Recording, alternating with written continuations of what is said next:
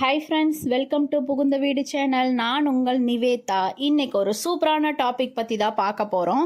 என்னன்னு பார்த்தீங்கன்னா, எனக்கு இர்ரெகுலர் பீரியட்ஸாக இருக்குது, சரியான முறையில் பீரியட்ஸே வரல, நீர்க்கட்டி பிரச்சனை இருக்குது, 3 மாதமாக பீரியட் வராது, 4 மாதம் பீரியட் வராது, பீரியடு டேப்லெட் போட்டால் தான் பீரியட் வரும். ஸோ எனக்கு ஓவுலேஷன் நடக்குமா நடக்காதா, கரு தரிக்கிறதுக்கான வாய்ப்பு இருக்கா இல்லையா அப்படின்னு சொல்லிட்டு ஒரு சில பேர் கேட்குறீங்க. ஸோ அவங்களுக்காக தான் இந்த வீடியோ ஸ்கிப் பண்ணாமல் பாருங்கள், உங்களுக்கு டீட்டெயில்ஸ் கிடைக்கும். அதே சமயம் நம்ம சேனலை சப்ஸ்கிரைப் பண்ணாதுங்க, சப்ஸ்கிரைப் பண்ணிக்கோங்க. என் ஃபோன் நம்பர் வேணும்னு கேட்குறீங்க. என் ஃபோன் நம்பர் வேணும்னா நான் ஸ்க்ரீனில் ஒரு நம்பர் தரேன், அந்த நம்பருக்கு வாட்ஸ்அப் பண்ணுங்கள். அஸ் பர் யூடியூப் ரூல்ஸ் என்னான்னு சொல்லி ஷேர் பண்ணுவாங்க. உங்களுக்கு விருப்பம் இருந்தால் ஜாயின் பண்ணிக்கோங்க. இல்லை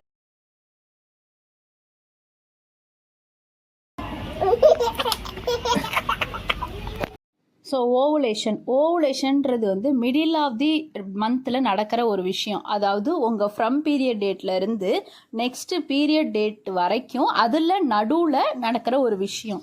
15வது நாள்லேருந்து 18வது நாள், 13வது நாள்லேருந்து 16வது நாள், அந்த மாதிரி மிடில் ஆஃப் தி டேஸில் நடக்கும். அதாவது உங்கள் பீரியட்ஸ் டேட்லேருந்து 10 நாளைக்கு மேலே, அதுக்கப்புறம் ஒரு 10 நாளுக்குள்ளே உங்களுக்கு ஓவுலேஷன் நடந்துடும். அடுத்த 10 நாள் நீங்கள் பாதுகாப்பாக இருக்கணும். இதுதான் இந்த 30 நாளோட கான்செப்ட். ஆனால் 30 நாள்னால் இந்த கான்செப்ட் ஓகே, ஆனால் எனக்கு 3 மாதம் 4 மாதம் ஆகுது, எனக்கு எப்படி தான் தெரியும் அப்படின்னு சொல்லி ஒரு சில பேர் கேட்குறீங்க. அவங்களுக்காக தான் இந்த வீடியோவே. அவங்களுக்கும் ஓவுலேஷன் நடக்கும், இர்ரெகுலர் பீரியடாக இருந்தாலுமே கன்சீவ் ஆக முடியும். ஃபஸ்ட்டு கான்செப்ட் புரிஞ்சுக்கோங்க. இர்ரெகுலர் பீரியடாக இருந்தாலுமே உங்களுக்கு ஓவுலேஷன் பக்காவாக நடக்கும். ஸோ ஓவுலேஷன் நடக்கிற டேட்டு தான் உங்களுக்கு தெரியாது. அதில் உங்களுக்கு நீர்க்கட்டி பிரச்சனை இருந்ததுன்னா உங்களுக்கு அந்த கரு முட்டையை நல்லா வளர செய்யாமல் பிரச்சனை பண்ணலாம். ஆனாலுமே உங்களுக்கு கரெக்டாக கருமுட்டை வெடிக்கிற டேட்டு தெரிஞ்சதுன்னா உங்களால் ப்ரெக்னென்சி கன்ஃபார்ம் ஆக முடியும். ஸோ எப்போ கருமுட்டை வெடிக்கும், இப்போ நார்மலாக 15வது நாள் எல்லாருக்கும் வளர்ந்து வெடிக்குது, 16வது நாள் வெடிக்குது அப்படின்னா உங்களுக்கு அப்படியே உங்களோட மந்த் சைக்கிளை பொறுத்து மாறும். ஃபார் எக்ஸாம்பிள், எனக்கு ஒரு 50 நாள் பீரியட்னா உங்களுக்கு ஒரு 25வது நாள் வெடிக்கலாம். ஸோ இதுதான் பேசிக் கான்செப்ட். அதில் நிறைய கேட்டகரிஸ் இருக்குது. அதில் உங்களுக்கு எக்கு நல்லா க்ரௌத் ஆகாமல் பிரச்சனை பண்ணுறது, ஸோ நீர்க்கட்டிலாம் இருந்ததுன்னா எக்கு சரியான முறையில் வளராது, அது ஒரு தனி கேட்டகரி ஆகிடும். இது ஜென்ரலாக இர்ரெகுலர் பீரியடாக இருந்ததுனால் உங்களுக்கு ஓவுலேஷன் நடக்குமா நடக்காதுன்னா தாராளமாக நடக்கும். அந்த டேட்டை மட்டும் கால்குலேட் பண்ணி வச்சு நீங்கள் ஒன்றா இருந்தால் ஃபேமிலியில் இருந்தீங்கன்னா நீங்கள் ஈஸியாக கன்சீவ் ஆகலாம். சரி, எனக்கு எப்படி அந்த டேட்டை கண்டுபிடிக்கிறது? நான் ட்ராக்கர் ஆப்லாம் யூஸ் பண்ணுறேன், அதை நான் யூஸ் பண்ணலாமான்னா யூஸ் பண்ணலாம். ஆனால் அது அந்தளவு அக்யூரேட்டாக காட்டுமான்றது தெரியாது. எதனாலனா நீங்கள் கொடுக்குற டேட்டுக்கு தான் அது கால்குலேட் பண்ணி கொடுக்கும். அவ்வளோதான், சிம்பிள். உங்களோட மந்த்லி பீரியடு எத்தனை நாளைக்கு வருதுன்னு கேட்கும், உங்களோட டேட் ஆஃப் பர்த் கேட்கும், உங்களோட லாஸ்ட் பீரியட் டேட்டு கேட்கும், எத்தனை நாளைக்கு ஒரு டைம் சைக்கிள், 28 நாள் சைக்கிளா இல்லை 30 நாள் சைக்கிளா, இந்த சைக்கிளை கேட்கும். ஸோ நீங்கள் கொடுக்குற டேட்டுக்கு தான் அந்த ட்ராக்கர் ட்ராக் பண்ணி உங்களுக்கு டேட்டு காட்டும். ஸோ அதுவாக உங்களுக்கு அக்யூரேட்டாக உங்களுக்கு என்ன உங்கள் உடம்புல ப்ராப்ளம்ன்றதை பார்த்து அது காட்ட போகிறது கிடையாது. அதனால் அதில் நீங்கள் டேட்டாஸ் கரெக்டாக கொடுத்தீங்கன்னா உங்களுக்கு அக்யூரேட்டாக கிடைக்கும். இல்லைனால் எனக்கே தெரியலையே, எனக்கு தான் பிரச்சனையே, நான் எப்படி என்னால் கரெக்டாக கொடுக்க முடியும்னா இந்த ட்ராக்கர் ஆப்லாம் நம்பாதீங்க. சிம்பிள். தென் எப்படி நான் கால்குலேட் பண்ணிக்கிறதுனா, ஃபாலிகுலர் ஸ்டடின்னு ஒரு விஷயம் இருக்குது. ஃபாலிகுலர் ஸ்டடினா உங்கள் உடம்புல எல்லாருக்கும் தெரிஞ்சிருக்கும், இருந்தாலும் ஒன்று சொல்கிறேன். உங்கள் உடம்புல எப்போ எக்கு க்ரௌத் ஆகுது, வெடிக்குது அப்படின்றத கால்குலேட் பண்ணுற ஒரு முறை. அதை டாக்டரால் மட்டும்தான் பண்ண முடியும். எப்போலேருந்து அவங்க பார்க்க முடியும்னா உங்களோட பீரியடோட ஃபஸ்ட்டு டேலேருந்து தான் அந்த ஃபாலிகுலர் ஸ்டடி பண்ணுவாங்க. ஃபஸ்ட்டு டே பீரியட் அப்போ வந்துருங்கம்பாங்க. பீரியடு ஃப்ளோவாக பார்ப்பாங்க, எல்லாமே நல்லா இருக்கா, எண்டோமெட்ரியம்னா எல்லாமே கிளியராக இருக்கா, இல்லை ஆல்ரெடி கருசிதைவு ஏற்பட்டிருக்கா, இல்லை வேறு ஏதாவது பிரச்சனைகள் இருக்கான்றதை பார்ப்பாங்க. ரெகுலராக ஒரு 3 days ஒன்ஸு 5 days ஒன்ஸு ஸ்கேனுக்கு வர சொல்லுவாங்க. அப்படி ஸ்கேன் பண்ணி பார்க்குறப்ப எக்கோட சைஸை நோட் பண்ணுவாங்க. இந்த சைஸு இந்த சைஸில் இருக்குது, இவ்வளோ சைஸ் வரணும் அப்படின்றத அவங்களே சொல்லுவாங்க. ஒரு குறிப்பிட்ட சைஸ், அதாவது கரெக்டான ஓவுலேஷனுக்கு வெடிக்கக்கூடிய சைஸ் வந்தோடனே அவங்களே ஃபேமிலியில் இருங்கம்பாங்க. இருந்ததுக்கப்புறம் மறுபடியும் ஒரு டைம் வாங்கம்பாங்க. மறுபடியும் வந்ததுக்கு அப்புறமேலு அந்த கருமுட்டை கரெக்டான முறையில் வெடிச்சிருக்கா அப்படின்றத செக் பண்ணுவாங்க. ஸோ கரெக்டான முறையில் வெடிக்கலை அப்படின்னா வெடிக்கிறதுக்கான இன்ஜெக்ஷன் போடுவாங்க.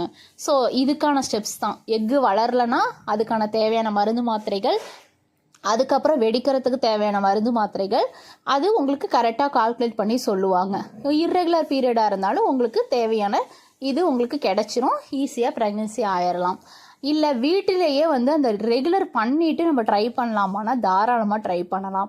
அதுக்கு பார்த்திங்கன்னா நீங்கள் ஓமம் வாட்டர் வந்து உங்கள் பீரியட் டேட்டுக்கு நெருங்கினப்பவே அதுக்கு ஒரு 3 நாளைக்கு முன்னாடியே ஓமம் 1 ஸ்பூனை 2 கிளாஸ் தண்ணியில் போட்டு நல்லா கொதிக்க வச்சு சுண்ட வச்சு அந்த தண்ணியை குடிச்சிட்டிங்கன்னா பீரியட்ஸ் வந்துடும். ஸோ அதை வந்து நீங்கள் ஒரு 3 மாதம் கரெக்டாக பீரியட் டேட் வரத்துக்கும் ஒரு 3 நாளைக்கு முன்னாடியிலேருந்து ட்ரை பண்ணிட்டு வந்தீங்கன்னா கரெக்டாக பீரியட் வந்துடும். கரெக்டாக பீரியட் வரப்போ கரெக்டான நாளில் கரெக்டாக எக்கு வளர்ந்து வெடிச்சிடும். உங்களுக்கு ஓவுலேஷன் பக்காவாக நடந்துடும். இந்த மாதிரி நடக்கிறப்ப வந்து ஈஸியாக ஃபேமிலியில் இருக்கிறப்ப ஈஸியாக பேபி செட் ஆகிடும். இதுதான் ஒரு முறை. ஸோ இர்ரெகுலர் பீரியடாக இருந்தால் ஃபாலிகுலர் ஸ்டடி பண்ணி எக்கு க்ரோத்தை கண்டுபிடிச்சிக்கலாம். இல்லைனால் அந்த ட்ராக்கர் ஆப்பில் கரெக்டான டேட்டாவை போட்டு நீங்கள் கரெக்டாக ஓவுலேஷன் கண்டுபிடிச்சிக்கலாம். இல்லைனால் ரெகுலர் பீரியட் ஆக்கி உங்களுக்கு ஓவுலேஷன் கண்டுபிடிச்சிக்கலாம். இல்லையா வீட்டிலேயே ஒரு சில சிம்டம்ஸ் இருக்குது. ஒரு சில சிம்டம்ஸ் வச்சு அந்த ஸ்டிக்கி ஒயிட் டிஸ்சார்ஜ், வயிறு வலி ஒரு சைடாக இதெல்லாம் இருக்கிற மாதிரி இருந்தால் உங்களுக்கு ஓவுலேஷன் நடக்குது அப்படின்னு சொல்லி அர்த்தம். இதை வச்சும் நீங்கள் ஈஸியாக தெரிஞ்சு நீங்கள் அந்த டேஸில் ஃபேமிலியாக இருக்கும் பொழுது வந்து உங்களுக்கு கன்சீவ் ஆக முடியும். தென் பார்த்திங்கன்னா வந்து உங்களுக்கு க்ளோ வாட்டர் அவ்வளோ ஒரு ஹெல்ப்ஃபுல்லாக இருக்கும். நீங்கள் எவ்வளோ இன்ஜெக்ஷன் எவ்வளோ மருந்து மாத்திரைகள் சாப்பிட்டாலுமே இந்த கிராம்பு தண்ணி குடிக்கிறனால எவ்வளவோ பேர் எனக்கு கமெண்ட் பண்ணியிருக்காங்க. அந்த கமெண்ட்டை நான் ஸ்க்ரீன்ஷாட் எடுத்து நம்மளோட கம்யூனிட்டி போஸ்ட்லேயும் போஸ்ட் பண்ணியிருக்கேன். அதில் எப்படி சொல்கிறது 10,000 செலவு பண்ணி நான் இன்ஜெக்ஷன் போட்டேன், ஆனால் எனக்கு எக்கு க்ரௌத் ஆகி வெடிக்கல. சிம்பிள் டிப்ஸு க்ளோ வாட்டர் குடிக்க சொன்னீங்க. நான் அதை குடிச்சு எனக்கு இப்போ பக்காவாக வந்து எனக்கு எக்கு க்ரௌத் ஆகி ஸ்ட்ரக்சர் ஆகிடுச்சு அப்படின்னு சொல்லி ஏகப்பட்ட பேர் எனக்கு வாட்ஸ்அப் பண்ணியிருக்காங்க. அதுக்கான ஸ்க்ரீன்ஷாட்டும் நான் கம்யூனிட்டி போஸ்ட்டில் ஷேர் பண்ணியிருக்கேன். நீங்கள் அந்த கம்யூனிட்டி போஸ்ட்டை செக் பண்ணிங்கன்னா உங்களுக்கு இன்னும் கிளியராக தெரியும். ஸோ இர்ரெகுலர் பீரியடாக இருந்தால் சரியான முறையில் தூக்கம் இல்லைனாலுமே இர்ரெகுலராக ஆகும். அதாவது அந்த புதுசாக கல்யாணம் ஆனவங்கன்னு சொல்லுவாங்க பாருங்கள், அவங்களுக்கெல்லாம் இர்ரெகுலர் பீரியட் ஆகிடும். கல்யாணத்துக்கு முன்னாடி ரெகுலராக இருக்கும், கல்யாணத்துக்கு அப்புறம் இர்ரெகுலர் ஆகிடும். அதுக்கெல்லாம் காரணம் புது இடம், புது மக்கள். ஸோ இது எப்படி வந்து அவங்களோட நம்ம சர்வே பண்ண போகிறோம், தூக்கம் சரியான முறையில் வராது புது இடனால. ஸோ இந்த மாதிரி காரணங்கள்லாம் கூட வந்து உங்களுக்கு வந்து இர்ரெகுலர் பீரியட் ஆகலாம். ஸோ ரொம்ப ஸ்ட்ரெஸ், பேபி இல்லைன்னு சுற்றி உள்ளவங்க பேசி உங்களை அப்படியே கூனி குறுக்கி டம்ப் பண்ணி வச்சுருவாங்க. நீங்கள் அதே மைண்ட் செட்டில் வந்து நம்மளுக்கு ஏதோ ப்ராப்ளம், நம்மளுக்கு ஏதோ ஒன்று இருக்குது அப்படின்னு அதை நினச்சி உங்களையே நீங்கள் மனசுக்குள்ளேயே போட்டு உருக்கி தூக்கம் சரியான முறையில் இல்லாமல் சரியான ஃபுட்டு இல்லாமல் உங்கள் உடம்ப நீங்களே கெடுத்துக்கிட்டு இருப்பீங்க. அது உங்களுக்கே தெரியாமல் ஒரு சைடு பேக் சைடில் நடந்துகிட்ருக்கோம்.